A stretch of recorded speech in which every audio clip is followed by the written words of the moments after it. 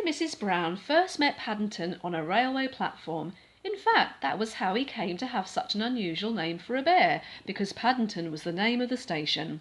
The Browns were waiting to meet their daughter Judy, when Mr. Brown noted something small and furry half hidden behind some bicycles. "It looks like a bear," he said. "A bear in Paddington Station?" repeated Mrs. Brown. "Don't be silly, Henry, there can't be." But Mr. Brown was right. It was sitting on an old leather suitcase marked "Wanted on Voyage," and as they drew near it stood up. "Good afternoon," it said. "May I help you?" "That's very kind of you," said Mr. Brown. "but as a matter of fact, we were wondering if we could help you." "You're a very small bear to be all alone in a station," said Mrs. Brown. "Where are you from?" The bear looked around carefully before replying. "Darkest Peru. I'm not really supposed to be here at all. I'm a stowaway." "You don't mean to say you've come all the way from South America by yourself?" exclaimed Mrs. Brown. "Whatever did you do for food?" Unlocking the suitcase with a small key, the bear took out a glass jar. "I ate marmalade," it said. "Bears like marmalade." Mrs. Brown took a closer look at the label around the bear's neck. It said quite simply, "Please look after this bear. Thank you." "Oh, Henry," she cried, "we can't just leave him here. There's no knowing what might happen to him. Can't he come home and stay with us?" "Stay with us?" repeated Mr. Brown nervously. He looked down at the bear. Would you like that?" he asked. "That is," he added hastily. "if you have nothing else planned." "Oh, yes," replied the bear. "I would like that very much. I have nowhere to go and everyone seems in such a hurry." "That settles it," said Mrs. Brown. "Now you must be thirsty after your journey.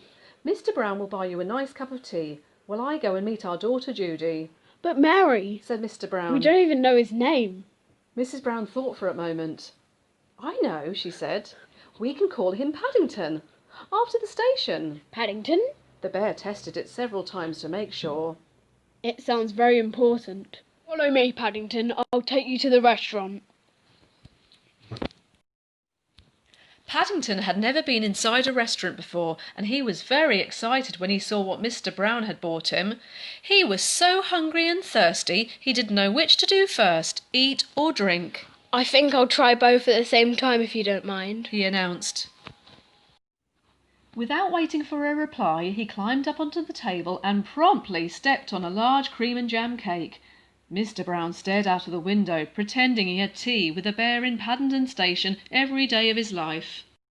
"Henry!" cried Mrs. Brown when she arrived with Judy. "What are you doing to that poor bear? He's covered in jam and cream." Paddington jumped up to raise his hat. In his haste, he slipped on a patch of strawberry jam and fell over backwards into his cup of tea. "I think we better go before anything else happens," said Mr. Brown. Judy took hold of Paddington's paw. "Come along," she said. "We'll take you home, and you can meet Mrs. Bird and my brother Jonathan."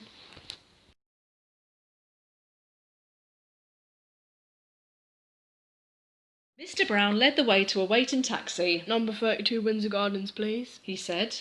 The driver stared at Paddington. "Bears is extra. Sticky bears is twice as much. And make sure none of it comes off in my interior. It was clean when I set off this morning." The Browns climbed into the back of the taxi and Paddington stood on a little tip-up seat behind the driver so that he could see where they were going. The sun was shining as they drove out of the station, and there were cars and big red buses everywhere. Paddington waved to some people waiting at a bus stop, and several of them waved back. One man even raised his hat. It was all very friendly. Paddington tapped the taxi driver on the shoulder. "It isn't a bit like Darkest Peru," he announced. The man jumped at the sound of Paddington's voice. "Cream!" he said bitterly. "All over my new coat!" There was a bang as he slid the little window behind him shut. "Oh dear, Henry," murmured Mrs. Brown. "I wonder if we're doing the right thing." Fortunately, before anyone had time to answer, they arrived at Windsor Gardens. Judy helped Paddington out of the taxi, and together they went up some steps towards a green front door. "Now you're going to meet Mrs. Bird," said Judy. "She looks after us. She's a bit fierce at times, but she doesn't really mean it. I'm sure you'll like her." Paddington peered at his reflection in the brightly polished letterbox. "I'm sure I shall, if you say so," he replied. "The thing is, will she like me?" Goodness gracious, exclaimed Mrs. Bird. What have you got there? It's not a what, said Judy. It's a bear. His name's Paddington, and he's coming to stay with us. A bear, said Mrs. Bird, as Paddington raised his hat. Well, he has good manners, I'll say that for him. Afraid I stepped in some cream cakes by mistake, said Paddington. I can see that, said Mrs. Bird. I'd better get Jonathan to run a bath. I dare say he'll be wanting some marmalade too. I think she likes you, whispered Judy. While Jonathan ran the water, Judy gave Paddington some soap and a towel, but Paddington was much too busy to bother with either. First he tried writing his name in the steam on the mirror. Then he used Mr. Brown's shaving cream to draw a map of Peru on the floor. It wasn't until a drip landed on his head that he remembered he was supposed to be having a bath. He soon discovered that wasn't as easy as it sounded. It's one thing getting into a bath, but quite another matter getting out again, especially when the tub is full of water and your eyes are covered in soap. Paddington tried calling out. Help! At first in a very quiet voice so as not to disturb anyone, then very loudly. Help! Help! When that didn't work, he began bailing the water out with his hat. But the hat had several holes in it, and his map of Peru soon turned into a sea of foam. Suddenly, Jonathan and Judy burst into the bathroom and lifted a dripping Paddington onto the floor. "Thank goodness you're all right," cried Judy. Fancy making all this mess, said Jonathan admiringly. Even I've never made as much mess as this. But why didn't you just pull the plug out? Oh, said Paddington. I never thought of that. When Paddington came downstairs, he looked so clean no one could possibly be cross with him. Whee! The Browns made room for him in a small armchair by the fire, and Mrs. Bird brought him a pot of tea and a plate of hot buttered toast. "Now," said Mrs. Brown, "you must tell us all about yourself. I'm sure you must have had lots of adventures." I have, said Paddington earnestly. Things always happening to me. I'm that sort of bear.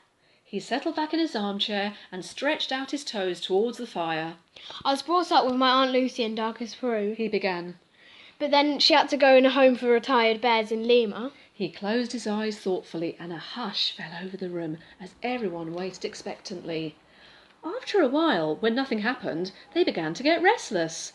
Mr. Brown coughed loudly. Then he reached across and poked Paddington with his finger. "Well, I never," said Mr. Brown. "I do believe he's fast asleep." The end.